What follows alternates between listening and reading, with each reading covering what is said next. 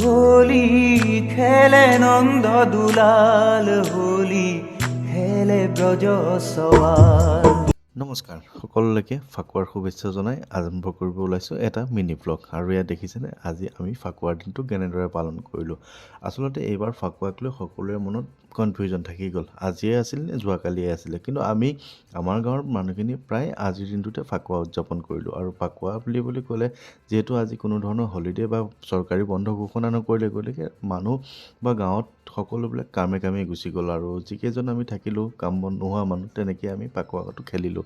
আৰু এই দেখিছেনে সকলোৱে কিমান ধুনীয়াকৈ মিলিজুলি, ডাঙৰ সৰু সকলোৱে মিলিজুলি খেলিছোঁ। কিন্তু এটা কথা ক'ব লাগিব, আগতকৈ এনেধৰণৰ ফূৰ্তিবোৰ কমি গৈছে। কাৰণ আজিকালি প্ৰায়বোৰ মানুহেই, বিশেষকৈ তেজপুৰত প্ৰায়বিলাক যুৱচাম আমাৰ তেজপুৰত হৈ থকা DJ মিউজিক ফেষ্টিভেললৈ যায় ফাকুৱাৰ সময়ত। কিন্তু এই কথাটো আমাৰ বাবে শুভ সংকেত নহয়। কিন্তু আমাৰ ফাকুৱা আছিল কি, আমি কৰি পেলালোঁ কি।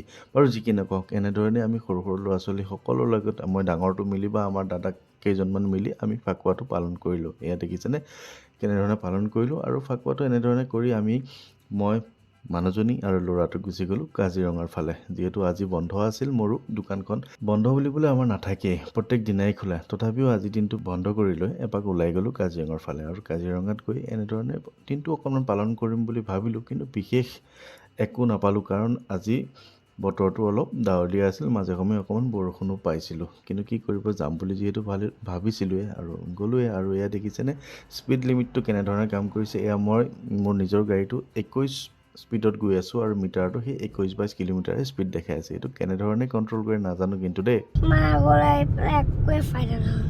কিয়? কাজিৰঙা আহিলোঁ, কিন্তু কেইটামান গড় দেখিলোঁ, কেইটামান গৰু দেখিলোঁ, এটা বাফেলো দেখিলোঁ, কেইটামান বগলী দেখিলোঁ, কেইটামান হৰিণা দেখিলোঁ আৰু খতম। ইমানখিনি দেখিলাই দেখোন। মানুহ নহয়। এইখিনি চাই মেলি আমি এখন হোটেলত ভাত খালোঁ, জখলাবন্ধা। আৰু ভাত খোৱাৰ পিছত অকণমান মিঠাই খালোঁ। ভাত খোৱাৰ ভিডিঅ' কৰিবলৈ নহ'ল। বাৰু যি কি নহওক, বৰষুণত তিতি নহয়, আচলতে গাড়ীখন তিতি আমি আকৌ ঘৰলৈ বুলি ৰাওনা হ'লোঁ। আৰু এয়া আপোনালোকে হয়তো দেখিব পাৰিছে, এইখন হৈছে কলীয়াভোমোৰা নতুনখন দলং। পুৰণা দলংখন সিফালে আছে আৰু এইখন হৈছে নতুন দলঙেদি আহি আমি প্ৰায় ঘৰ পালোহি। আৰু ঘৰ পাই আহি আমি কি কৰিলোঁ জানেনে? বিশেষকৈ মই দিনটো ইমান ভাগৰ লাগিছে, হোলী খেলিছোঁ আৰু কাজিৰঙালৈ বুলি আচলতে মই গাড়ী চাড়ী ইমান চলাই নাথাকোঁ, তথাপিও গ'লোঁ। আৰু এয়া দেখিছেনে আমি আহি পালোঁ, এয়া আমাৰ ফাকুৱাৰ মেলা হয় আমাৰ কলীয়াগোসাঁই থানত তেজপুৰত।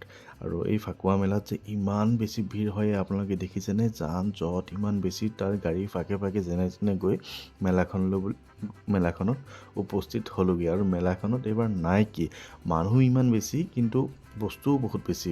নাৰ্চাৰীৰ পৰা আদি কৰি সকলো ধৰণৰ বস্তু ইয়াতে আপোনালোকে খোৱা বস্তুৰ পৰা আদি কৰি পোৱালিৰ খেলা বস্তু, ল'ৰা ছোৱালী সকলো ধৰণৰ মিঠাই চিঠাই কিবা কিবি চব ৰাখিছে। কিন্তু কথাটো হ'ল কি, যিহেতু বৰষুণ আছিলে, গতিকে ইয়াত মানে অকণমান এবাৰ বোকা হ'ল। আৰু যি কি নহওক, সেয়া মিনি ব্লগটো বনাইছোঁ, আপোনালোকে দেখিছে। আৰু এই লগৰ এজন পাই গ'লোঁ, আৰু তেওঁলোকৰো বোলে চকৰিত উঠি পেলাই দুয়োজনৰে মূৰ ঘূৰাল পতি পত্নী। গতিকে সেইখিনি কথা আমাক কৈ আছে। আৰু দেখিছেনে এইবিলাক মেলাত কিমান ধুনীয়াকৈ সুন্দৰ বস্তুবিলাক উলিয়াই থৈছে সকলোৰে বাবে চাবলৈ। আৰু দামবিলাক কিছু আচলতে মেলাখনত বেছি হয়, প্ৰত্যেকবাৰতে বেছি হয়, কিন্তু উপায় নাই, ইমান বেছি মানুহ হয়। আপোনালোকে দেখিছে মানুহ হয় মানে কি, বহুত দিনৰ পিছত এনেকুৱা এখন মেলা আহে, সকলোবিলাক যায়। আৰু মেলালৈ গৈ যদি জেলেপি নাখাওঁ, তেনেহ'লে মেলাখন চোৱাৰনো মজা কি থাকিল। গতিকে অকণমান জেলেপি খাই ল'লোঁ, আৰু ঘৰলৈ বুলিও কিছুমান খুৰমা চুৰমা কিবা কিবি অলপ বান্ধি লৈ আহিলোঁ। আৰু বিশেষ একো নাই, ভিডিঅ'টো আৰু বেছি দীঘলীয়া নহয়, কাৰণ এয়া ভাগিন আৰু মোৰ ল'ৰালৈ অকণমান কিবা কিবি খেলা ধূলা বস্তু আনিলোঁ। আৰু